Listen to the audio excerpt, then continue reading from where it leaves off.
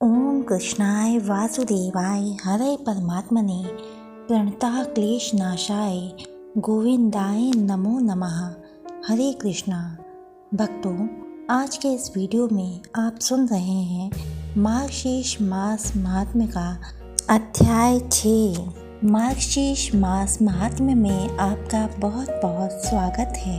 प्रभु श्री कृष्ण आप पर और आपके पूरे परिवार पर अपनी शुभ कृपा बरसाते रहें। अब सुनिए भक्तों, मार्गशीर्ष मास में गोपियों द्वारा प्राप्त पवित्र स्नान का फल। सूत जी ने कहा, मैं उन माधव कृष्ण को नमस्कार करता हूँ जो देवकी के पुत्र हैं, समस्त लोकों के सुख के कारण हैं तथा सांसारिक सुख और मोक्ष के प्रदाता हैं तथा जो अपने भक्तों से प्रेम करते हैं। श्वेत द्वीप में सुख पूर्वक बैठे हुए देवाधिदेव भगवान राम के पति को प्रणाम करके चतुर्मुख भगवान ब्रह्मा ने उनसे इस प्रकार पूछा। ब्रह्मा ने कहा, हे ऋषिकेश, हे जगत के रचयिता, हे देवों के स्वामी, जिनकी महिमा सुनना पुण्यप्रद है, हे सर्वज्ञ प्रभु, मुझसे जो पूछा जा रहा है उसे बताइए। आपने पहले कहा था कि मैं मासों में मार्गशीर्ष हूँ। मैं उस मास का महात्म्य संक्षेप में जानना चाहता हूँ। उस मास का स्वामी कौन है? क्या दान किया जाए? पवित्र स्नान कैसे किया जाए? उसकी विधि क्या है? उस अवसर पर मनुष्यों को क्या करना चाहिए? हे राम, क्या खाना चाहिए? क्या बोलना चाहिए? पूजा, ध्यान, मंत्र आदि कौन कौन से कर्म करने चाहिए? हे अच्युत, मुझसे सब कुछ कहिए। श्री भगवान ने कहा, हे ब्रह्मा, आपने बहुत अच्छा पूछा है।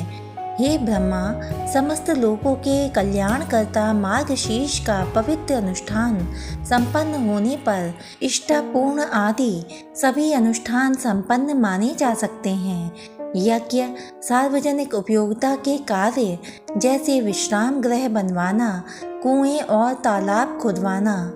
हे पुत्र, मार्गशीर्ष में यदि कोई भी पवित्र अनुष्ठान संपन्न किया जाए तो वह पुण्य प्राप्त होता है जो सभी तीर्थों में स्नान करने और सभी यज्ञों के करने से प्राप्त होता है। हे पुत्र, मार्गशीर्ष महात्म्य सुनने से वह लाभ प्राप्त होता है जो तुला पुरुष आदि के दान से मनुष्य को प्राप्त होता है। मैं कभी भी यज्ञ, वेदों के अध्ययन, दान आदि से, संपूर्ण तीर्थों में स्नान करने से, त्याग से या योगाभ्यास से मनुष्यों द्वारा जीता नहीं गया हूँ। मार्गशीर्ष मास में स्नान, दान, पूजा, ध्यान, मौन व्रत, जप आदि से मैं अन्य मासों में भी उतना आसानी से नहीं जीता जा सकता जितना कि मार्गशीर्ष मास में। इस प्रकार एक रहस्य प्रकट हुआ है। यह सोचकर कि यह मुझे प्राप्त करने का साधन है, देवताओं ने अन्य धर्म आदि की रचना की है और इस प्रकार मार्गशीर्ष की प्रभावकारिता को स्वर्ग के निवासियों देवताओं द्वारा एक सुरक्षित रहस्य बना दिया गया है। मार्गशीर्ष मास मुझे प्राप्त करने के लिए अनुकूल मास है। इस मास में मुझ पर श्रद्धा रखने वाले पुण्यवान मनुष्यों को अवश्य ही धार्मिक अनुष्ठान करने चाहिए। जो मनुष्य भारतवर्ष में मार्गशीर्ष मास में पुण्य कर्म नहीं करते, उन्हें पापी जानना चाहिए। वे कलयुग से मोहित हो गए हैं। हे प्रिय, माघ मास में जब सूर्य मकर राशि में रहता है तब मनुष्य को वह लाभ मिलता है जो 8 महीनों में मिलता है। वैशाख मास में माघ मास का 100 गुना पुण्य प्राप्त होता है। सूर्य तुला राशि में होने पर उससे 1000 गुना पुण्य प्राप्त होता है। सूर्य के वृश्चिक राशि में होने पर उससे 1 करोड़ गुना पुण्य प्राप्त होता है। इसलिए मार्गशीर्ष सभी से श्रेष्ठ है। इसलिए मुझे यह हमेशा प्रिय है। यदि कोई व्यक्ति प्रातःकाल उठकर विधि पूर्वक पवित्र स्नान करता है तो हे मेरे पुत्र, मैं उस पर प्रसन्न होता हूँ और उसे अपना शरीर भी दे देता हूँ। इस संबंध में वे ये कथा कहते हैं, हे पुत्र, इसे सुनो। नंद नामक ग्वाला एक महान आत्मा था जो पृथ्वी पर बहुत प्रसिद्ध था। उसके गोकुल नामक नगर में हजारों गोप कन्याएं रहती थीं। हे निष्पाप, उनका मन पहले से ही मेरे स्वरूप में आसक्त था। मैंने उन्हें मार्गशीर्ष मास में पवित्र स्नान करने का सुझाव दिया। उसके पश्चात उन्होंने प्रातःकाल विधिपूर्वक पवित्र स्नान किया, पूजा की गई, हविष्य चावल का सेवन किया गया और उन्होंने प्रणाम किया। जब यह प्रक्रिया अपनाई गई तो मैं प्रसन्न हो गया। निश्चय ही मैंने प्रसन्न होकर उन्हें वरदान दिया था। मैंने ही उन्हें अपना स्वरूप प्रदान किया था। अतः मार्गशीर्ष में मनुष्यों को विधि पूर्वक अनुष्ठान करना चाहिए। प्यारे भक्तों, अब सुनिए श्रीमद् भागवत गीता के 7वें अध्याय का महात्म्य। भगवान शिव कहते हैं, हे पार्वती, अब मैं 7वें अध्याय का महात्म्य बतलाता हूँ, जिसे सुनकर कानों में अमृत राशि भर जाती है। पाटलिपुत्र नामक एक दुर्गम नगर है जिसका द्वार बहुत ही ऊंचा है।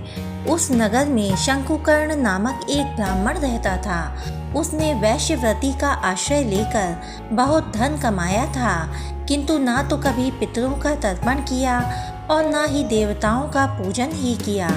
वह धनोपार्जन में तत्पर होकर राजाओं को ही भोज दिया करता था। एक समय की बात है, उस ब्राह्मण ने अपना चौथा विवाह करने के लिए पुत्रों और बंधुओं के साथ यात्रा की।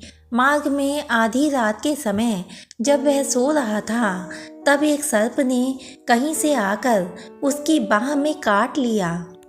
उसके काटते ही ऐसी अवस्था हो गई कि मणि, मंत्र और औषधि आदि से भी उसके शरीर की रक्षा असाध्य जान पड़ी। तत्पश्चात कुछ ही क्षणों में उसके प्राण पखेरु उड़ गए और वह प्रेत बना। फिर बहुत समय के बाद वह प्रेत सर्प योनि में उत्पन्न हुआ। उसका चित्त धन की वासना में बंधा था।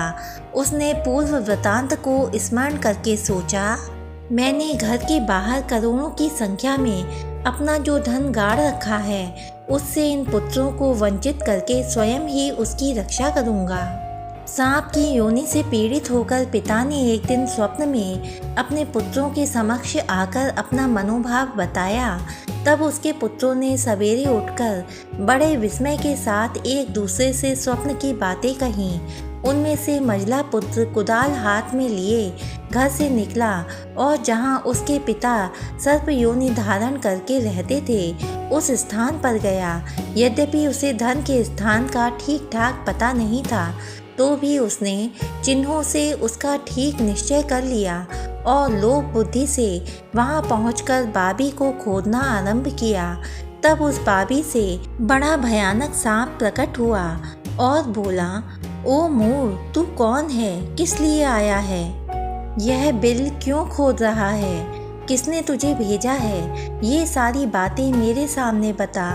पुत्र बोला, मैं आपका पुत्र हूँ, मेरा नाम शिव है। मैं रात्रि में देखे हुए स्वप्न से विस्मित होकर यहाँ का स्वर्ण लेने के कौतूहल से आया हूँ। पुत्र की यह वाणी सुनकर वह सांप हंसता हुआ उच्च स्वर से इस प्रकार स्पष्ट वचन बोला, यदि तू मेरा पुत्र है तो मुझे शीघ्र ही बंधन से मुक्त कर। मैं अपने पूर्व जन्म के गाड़े हुए धन के ही लिए सर्प योनि में उत्पन्न हुआ हूँ। पुत्र बोला, पिताजी, आपकी मुक्ति कैसे होगी? इसका उपाय मुझे बताइए, क्योंकि मैं इस रात में सब लोगों को छोड़कर आपके पास आया हूँ। पिता बोला, बेटा, गीता के अमृतमय 7वें अध्याय को छोड़कर मुझे मुक्त करने में तीर्थ, दान, तप और यज्ञ भी सर्वथा समर्थ नहीं है। केवल गीता का 7वां अध्याय ही प्राणियों के जरा, मृत्यु आदि दुखों को दूर करने वाला है। पुत्र, मेरे श्राद्ध के दिन गीता के 7वें अध्याय का पाठ करने वाले ब्राह्मण को श्रद्धापूर्वक भोजन कराओ। इससे निस्संदेह मेरी मुक्ति हो जाएगी। वत्स, अपनी शक्ति के अनुसार पूर्ण श्रद्धा के साथ निर्व्यसी और वेद विद्या में प्रवीण अन्य ब्राह्मणों को भी भोजन कराना। सर्प योनि में पड़े हुए पिता के ये वचन सुनकर सभी पुत्रों ने उसकी आज्ञानुसार तथा उससे भी अधिक किया। तब शंकुकर्ण ने अपने सर्प शरीर को त्याग कर दिव्य देह धारण किया और सारा धन पुत्रों के अधीन कर दिया। पिता ने करोड़ों की संख्या में जो धन उनमें बांट दिया था, उससे वे पुत्र बहुत प्रसन्न हुए। उनकी बुद्धि धर्म में लगी हुई थी, इसलिए उन्होंने बावली, कुआं, पोखरा, यज्ञ तथा देव मंदिर के लिए उस धन का उपयोग किया और अन्नशाला भी बनवाई। तत्पश्चात 7वें अध्याय का सदा जप करते हुए उन्होंने मोक्ष प्राप्त किया। हे पार्वती, यह तुम्हें 7वें अध्याय का महात्म्य बतलाया, जिसके श्रवण मात्र से मानव सब पातकों से मुक्त हो जाता है। तो भक्तों, प्रेम से बोलिए राधे राधे, जय श्री कृष्ण। वीडियो में अंत तक बने रहने के लिए आपका बहुत बहुत धन्यवाद। चैनल को सब्सक्राइब करें, वीडियो को लाइक करें और ज़्यादा से ज़्यादा ऐसे लोगों में शेयर करें जो इस तरह की धार्मिक वीडियोस को सुनना पसंद करते हैं। राधे राधे।